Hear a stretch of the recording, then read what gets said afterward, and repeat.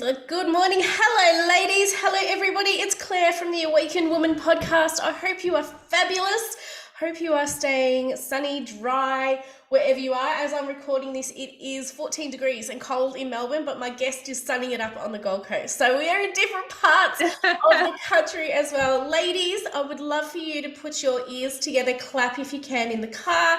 I'm joined by the very beautiful Tegan Anderson today. Good morning, Tegan. Good morning, Claire. How are Thank you you, love? so much for having me Oh, on. this is so exciting. The brilliance of Zoom. We were just saying we couldn't get the tech to work, and after 2 years of Zoom meetings, we reckon we should have it done. Thank you for joining me on The Awakened Woman. How are you? I'm well. How are you? Really, really good. Thank you. So, ladies, and everybody listening, like I said, my name is Claire Burt.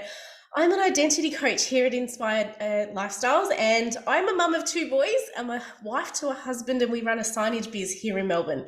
So I help women break up with being busy because we all live in a chaotic some stage. But I'm here today talking about something that is very special to all of us because at some point we need help. So Tegan, before we get started, welcome. Who is Tegan Anderson in a nutshell? Okay, so I'm a solo mum of three girls. My girls are 18, nearly 6, and nearly 5.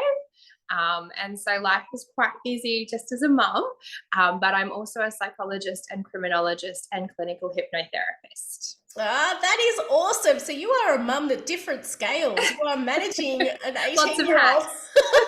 and little people. And I bet you the little people give you a run for your money more than Oh, your they daughters. do. They're hard work. Oh, the little loves in our life, aren't they, Emma? We were just saying about some of the questions we were talking about today, and my two boys are completely different. I've got a very introverted child and a very extroverted child, and the youngest one clearly is the extroverted child.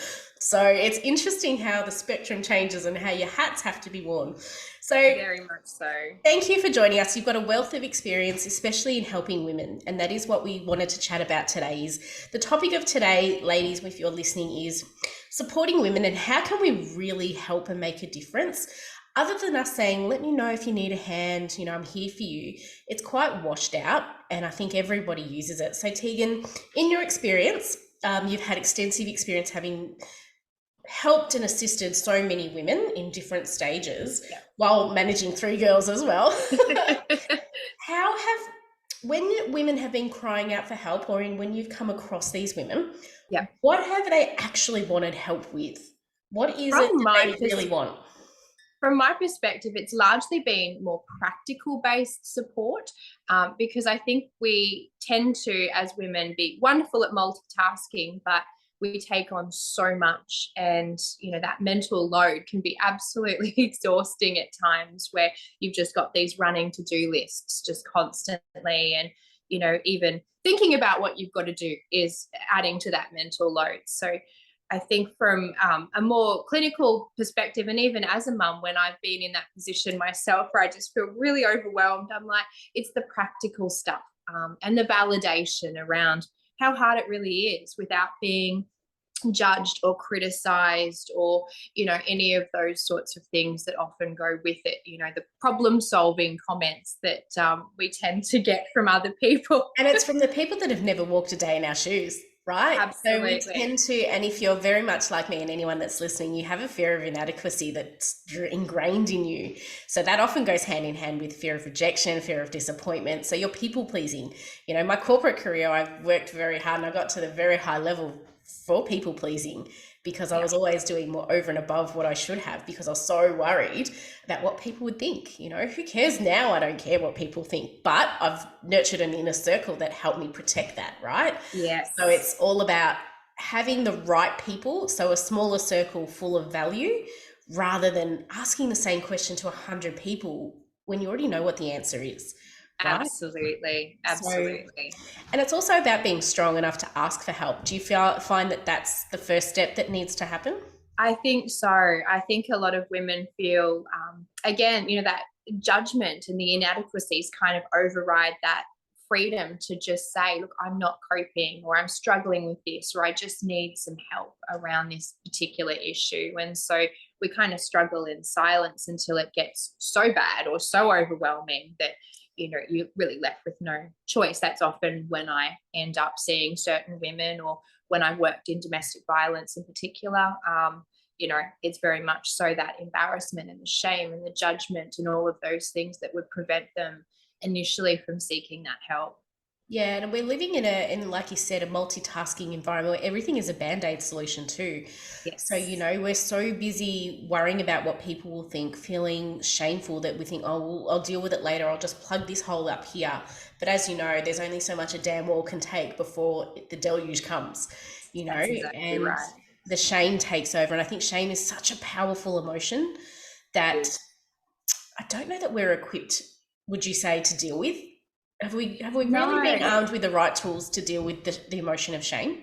I don't believe that we have. I think that, on the surface level, we see media at the moment, pumping out the, 3-word slogans around empowerment, but there's no depth to Mm. those slogans. There's no, how do I actually apply those particular methodologies in my life? So, and I think shame is so ingrained in our culture. We're judged and we're judging all the time. Yeah. It's And I'm impossible. and I really don't like using empowered and empowerment. I really don't, because like you said, it's just a pretty Instagram tile that gets put across, and it's, all the little words that go with it, and it's just it's like a fake word. It And is. like us, when you've done a lot of NLP training and you've been a lot of helping women, and you're, perhaps an empath, you start to really see that empowerment is a really, excuse the language, bullshit word. Yes. It is, because it's a Yes. shallow word. It's just, may as well give out a rose when you hand it to her and say good luck, because there's no, like you said, there's no depth to feeling that shame, especially if you are high functioning anxiety as well. That shame Yes. will feel a lot heavier, would you say? Absolutely. And I would even put myself in that category. I've always suffered from anxiety ever since I was a child. And my anxiety, at certain points in my life has presented quite strongly, where I've, had heart palpitations. I thought I was literally dying of a heart attack, and all of those things, and the shame, because you hold yourself to very high expectations, which, need to be met to manage the anxiety. I know that's why I have systems. I think probably anyone who would see my Instagram sees my many systems, and my fridge is a giant calendar, and everything has to run to a certain thing. And yeah, we hold ourselves very tightly to those ideals. So much. And on that note of anxiety, and a particularly high functioning anxiety, anxiety is not just, like you said, your version of anxiety is heart palpitations. Mine is the lists. Yes. So my anxiety shows up in procrastination. So I think I'm so worried about forgetting something that I will spend more time rewriting a list. And if I've crossed out a word, I will rewrite that list all over again, because it's not perfect. That's how my anxiety shows up, because if it's not perfect, I'm not going to be able to see it. If I don't see it, I'm going to forget something, and then so if I forget something, the ball's going to drop. That's how my anxiety shows up. And then I'm packing for a holiday and I'm bursting into tears on the floor. My husband doesn't know what to do, because it's not perfect. It's not perfect. What if I forget something? What if I need to buy something? What if I don't have enough? That's how my anxiety shows up. But like you, it's different. And we're all fighting on the same side. It's just, we're very fortunate in our training. Yes. And our exposure, perhaps, that we recognize the trigger. And I say this a lot, that you never overcome your fears. You just get better at recognizing your triggers. Absolutely. So you think, oh, okay, that person's annoyed me today. I'm not going to act, or I recognize this feeling. I know where it takes me in the past. Yes. I need to take it in the future. Do you find that as well? Yes. I think there's a lot of, I would call it distress tolerance, where you simply become more accustomed to recognizing the feedback around anxiety, and, sitting with that emotion, and then problem solving it yourself. And, it becomes more automatic and natural when you learn those particular tools to be able to do that. But I think there's not enough discussed around that whole situation that is already a barrier for women.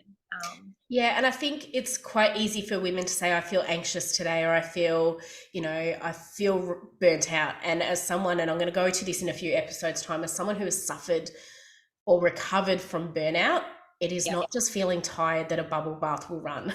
I'm sorry, ladies. If you're listening to this and you're saying you're burnt out and you've had a great night's sleep and it's finished, it's wrong. Please stop using burnout as a throwaway comment like empowerment, because it really hurts the women that are struggling through burnout and having to show up every single day and pretend to be someone and feel something that they're not. And feel that failure of, oh crap, I had a bubble bath last night and I still feel like, why am I not manifesting everything in my life? I'm doing all the right things. It's just that we're now trained to uncover the stories. Like it's a band-aid. You're a mummy. You rip off the bandage and you unravel all of the stories to get the core you. But yeah, I'm going to chat about burnout. I've got a very special guest in a couple of weeks, and we're going to chat about the real burnout effect, because it's not just, I'm just tired, I'm going to go sit and have a hot chocolate in bed and everything will be okay. It's, no, this is verging on depression, and I need someone to pull me out of whatever I'm going and listen. Exactly. Be patient with me.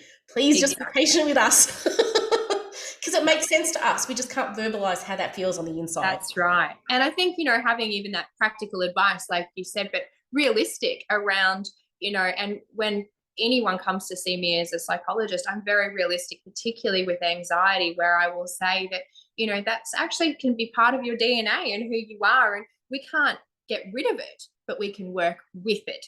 And so even shifting those expectations around, I want this gone, this feeling so awful and so uncomfortable, but actually you have to work with that. And anxiety serves sometimes some very important and powerful purposes for us. Yeah. And it's a dance between the masculine and feminine energy too, depending on what your environment is. So if you're in a corporate world, you're going to be always in this masculine doing energy.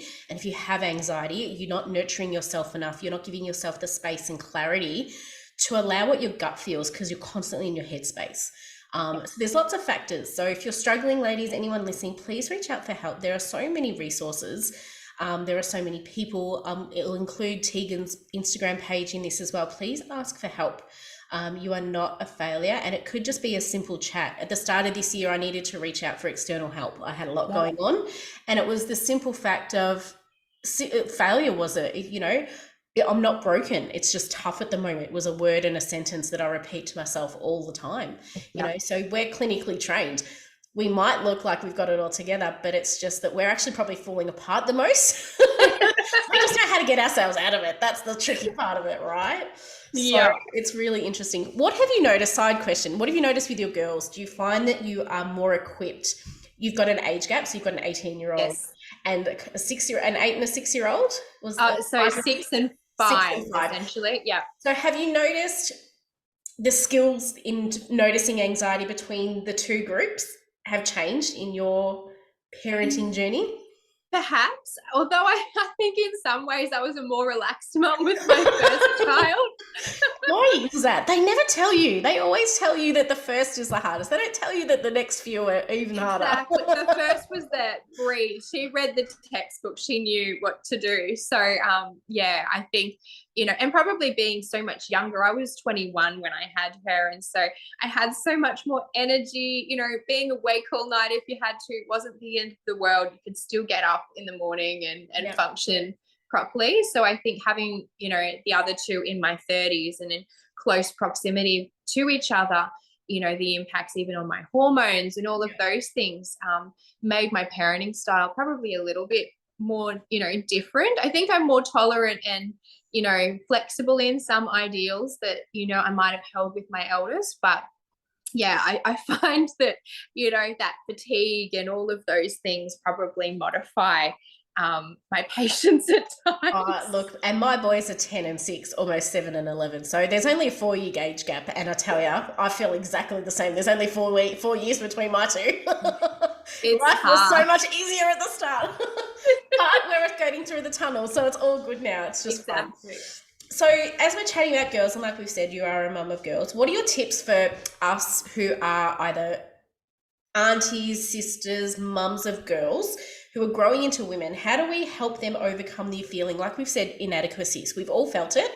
It's something that we're going to come across in our journey, whether it's meeting partners or going through friends, especially through school and circle changes in life. How do we help them overcome these feelings? What are some tips that we can help strengthen our young girls and women? Firstly, I think it's important to normalize it. One of the biggest things that I do, even when I'm meeting clients, I met a new client yesterday, actually, and she was a young person. And I just acknowledge that, anxiety and, those things that are present, just to help them feel more comfortable in being able to disclose those emotions that they're holding within themselves. And yeah, we all have imposter syndromes of various kinds. And that's why I generally don't do public speaking, because mine kicks in and that little voice in my head creeps up and goes, you don't know what you're talking about. And logically I go, well, I was at uni for 10 years. Obviously I do. So I have to really fight with that. And I think that just normalizing and opening up that discussion around, we all experience that emotion, and it's normal in that sense. But I think we also have to, I guess, get them to look at not only their strengths that they identify with, but value-based living, I think, is hugely important when it comes to identity and self-esteem and self-comfort. If you're living your value system, then ultimately, that is one of the key predictors of happiness and, comfort. Yeah, and I think especially for girls, and I know so much for boys, but we always lose our sense of identity through our changes. We're not, through our teens, we become a different person. Our 20s is all about finding ourselves and finding what we do, whether it's in corporate, whether it's in careers or travel or friends. And it's that breaking up with that familiarity of school life into adult life. And then in the 30s, we're growing families, buying houses and so forth. I think we need to start the conversation and let girls know you are going to lose yourself 5 times throughout your life. Don't be freaked out that you're going to get to being 40 and go, holy shit, what am I doing with myself? And get stuck into dabbling in little things. Follow a passion. Please, let's encourage our young people to follow their passion. Money is not everything. I left an amazing corporate job because I was burnt out and miserable.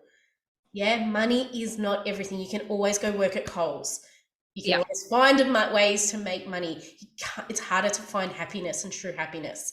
So that is something, can we encourage young women that it is normal for you to lose yourself? Yeah, I agree. Not know where you want to go. And you would find that in the work that you're doing as well. Oh, absolutely.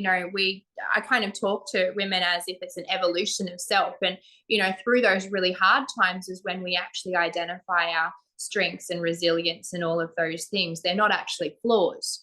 They're actually our key strengths, and to be able to view those things in a different light is really important.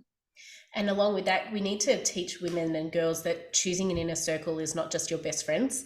I've preached this from day one, that I have probably an inner circle of 5, 3 of which I pay money to. So you're going to have to fork out money to get a really strong sense of who you are. You're going to fork out. Is that right? You would agree with that?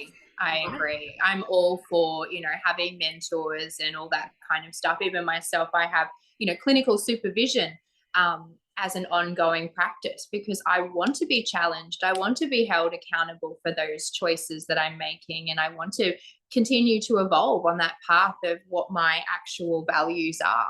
Yeah.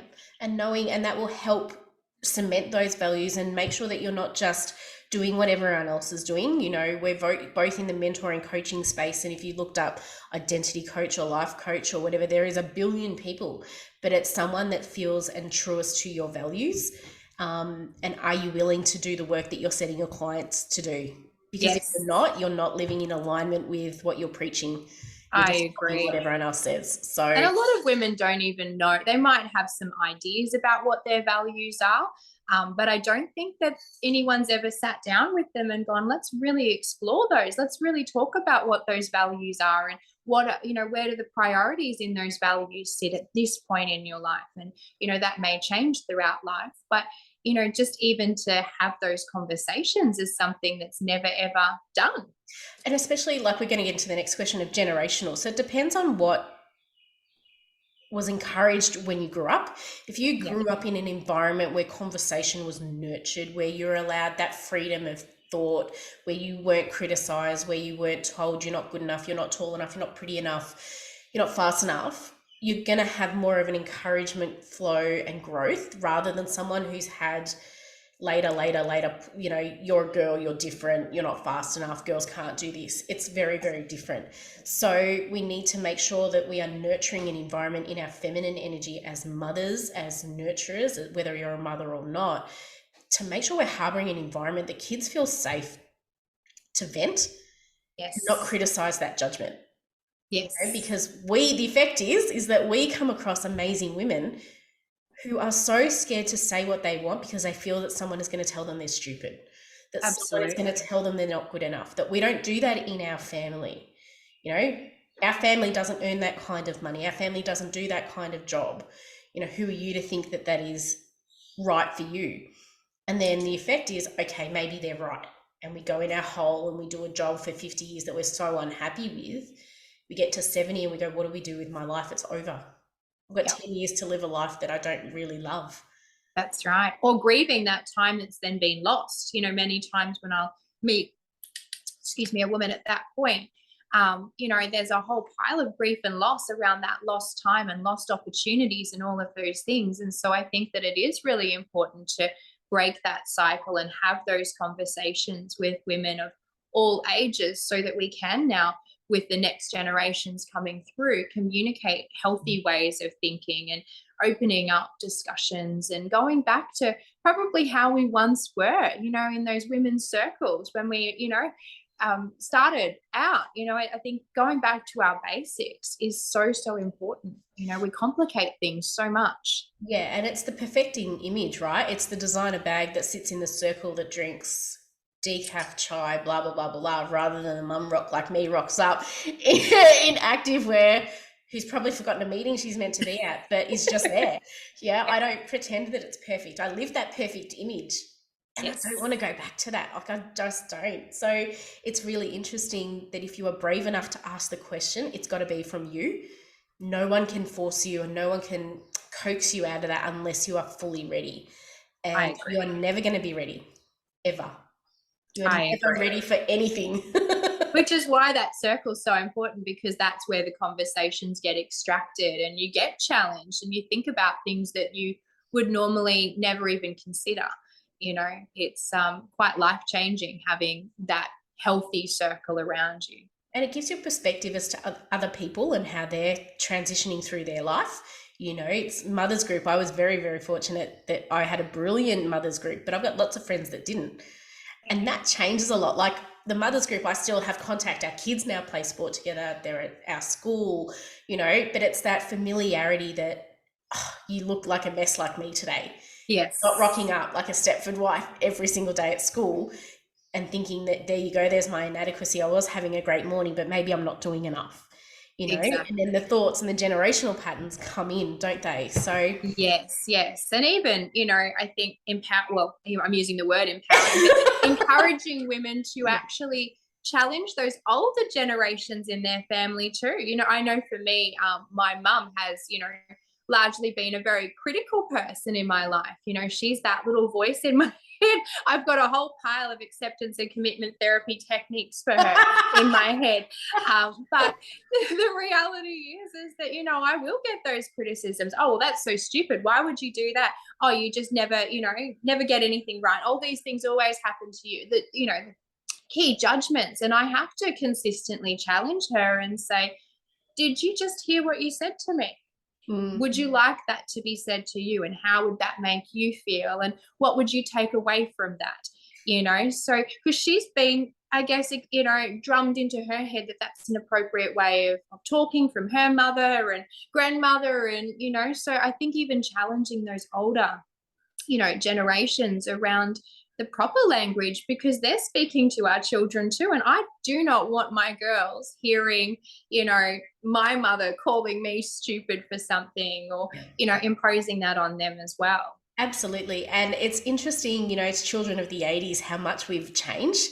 You know, we were, and I think strength, previous generations means something different now. And for me, strength includes emotional intelligence. Yes. Whereas you didn't show emotion. You know, I'm a product of European immigration post-war. So scarcity mindset for me is something that is ingrained along with inadequacy. So I'm a complex human being. trying to make a way in a new world. But it's very interesting how those patterns flow into you, and you recognize, you think, okay, it's interesting how money was so had a high value back then, because it was an era, in our lives in the 80s, it was tough.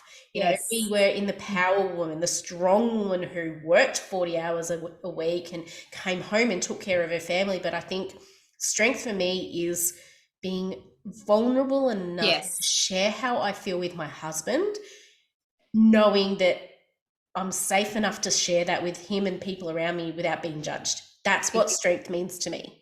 Exactly. And I often even just encourage women that, okay, if you do meet people who have, different viewpoints of you, or, don't see you in that light of positivity and, all of those things, then there's a bucket to put that stuff in. I probably can't drop the F word, but, I'm surprised I haven't yet, to be quite honest. Sometimes I call it the, effort bucket, because, I think we have to be able to sit there and go, you know what? No, I don't want to accept that. That's not acceptable information. And, feel assertive enough to be able to, I guess, discern what we're willing to absorb within ourselves. And that's just not acceptable. Yeah. And if you're not a fan of conflict, and that seems to have put a in you right now, have the smile and nod down pat. So just smile and nod, and like you said, don't absorb that energy and don't absorb that thought process. Just imagine putting it in your bucket, or smile and nod, love. Exactly. No one's inside your head that you can entertain those thoughts about what you would say to them if you felt comfortable enough. I'm not suggesting anyone steps up and is directly assertive if they're not comfortable, because that's quite confrontational, and it can certainly set off anxiety and all of those things. But I really think and that's where I love acceptance and commitment therapy, because I think they have so many amazing strategies for managing those thought processes. I think for me, there were 2 books that I read that really changed the game. One was The Good Girl Syndrome. Mm-hmm. And it's largely about, exactly what we've been talking about, needing to please, not wanting to, disappoint anyone, and the shame and the, all of the anxiety that we carry, and the other was The Happiness Trap. And a lot of that is around, the perception of happiness, which is clearly just a perception. We can't be happy all the time. And, that negativity will come and go. And how do we sit with it? How do we process it? How do we handle that in a healthy way? And I suppose that's when we talk about investing and mentors and inner circle. These are the techniques you get from investing in coaches and people that have done the training, but not only done the training, have lived the experience as well. So Tegan and I, clearly from this chat, ladies, and everyone that's listening, you can tell that we've had shit go on in our life. We have. And we've got the training that backs it up. Right? So we're living, Tegan and I know I do, we always go back to our own work. So on the days where it's really, really tough and you want to throw things and you want to chuck it all in and it's all too hard, you're closing your business down, you're packing your bags and you're running away from life, we always come back to the start of our modules and the start of our work we set our clients, because there's clearly a story that we haven't, that's triggered us that day. That is the power of investing with a person that is going to empower you. I know or encourage you, I prefer, is that word. I loved how you use that word. That is going to encourage you to get curious about yourself. Okay. You're not going to learn that. You might find it in a book.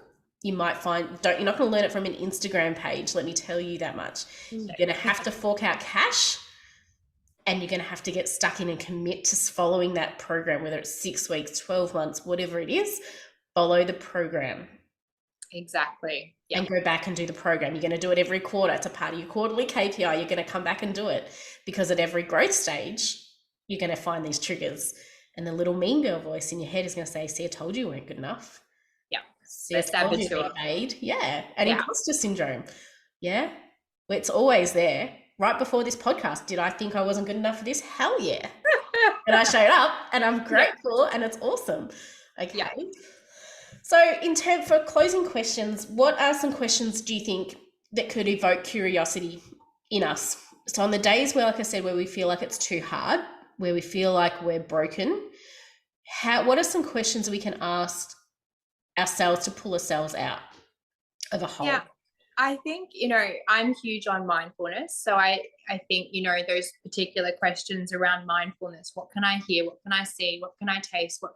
So engaging in the senses is a really important thing initially, because I think when we're really heightened, it's actually very difficult to then cognitively approach and problem solve and, do all those things. So first, ground yourself.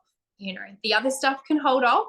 Just ground yourself, and then ask questions around your value system. And that's why I think working with someone who is a professional, looking at what your values are in life, and the hierarchy of those values, bringing yourself back to them and reminding yourself about them, and what your key strengths are. I'm all for affirmations. I hear people throwing out all the time, affirmation cards. Affirmations are wonderful, and yes, I use them, but I also approach them with a disclaimer, and I think that's really important too.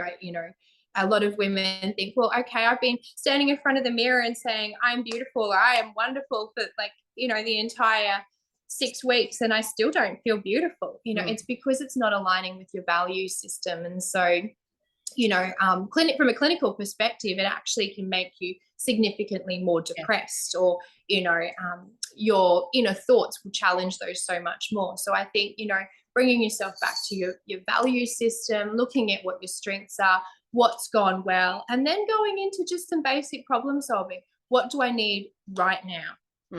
Do I need to talk to someone? Do I need to just, go outside and scream, screw you to the universe right now?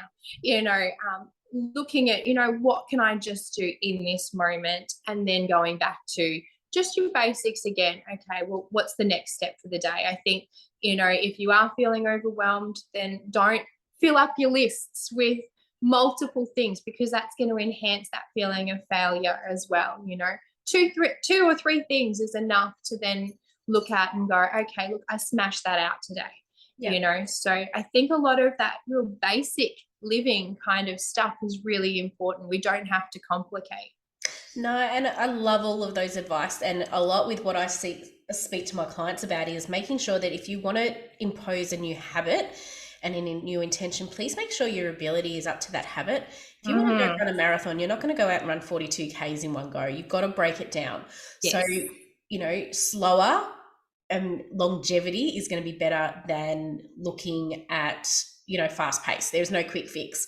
And I love what you said about affirmations. If you have I am beautiful in your mirror and you've done it and you don't believe it, there is a story behind it. Go fix that narrative. Absolutely. And that is going to be yuck. It is going to be one of probably the most horrible experiences emotionally you're going to feel. You're going to feel drawn down. You're going to be tired. You might even break out with headaches and migraines, but the release that you are going to have from that story and stagnant energy is what is holding you back. And that is why you seek professional help to get to the bottom of the stories. Affirmations only work if you're partnering them with the healing. And I don't really like using healing work, but that emotionally releasing work. Yes. If you believe in them, if they align with your, values and belief systems, because otherwise, and there's been lots of studies done on it too, where they've sent off, clinically depressed people and, people who weren't depressed, control trial. And, here's your affirmation, go and practice this for 3 months. And, because a number of the people in the clinically depressed group did not believe in what they were saying in terms of their affirmations, there was a clinically significant increase in the levels of depression that they were feeling. So they actually went backwards in a significant way. Yeah, and that goes hand in hand if you're in business for yourself too. If you're not passionately believing that what service you are providing is helping, that's why you're not attracting your clients. That's why you're not progressing. That's why you're not receiving money. It's not, you just don't. And this is where the issue I have with vision boards.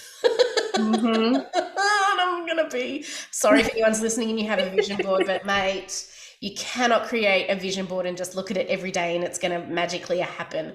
It's the same stuff. You got to go back, unsort your shit, rewrite your story, find out what it is you actually want.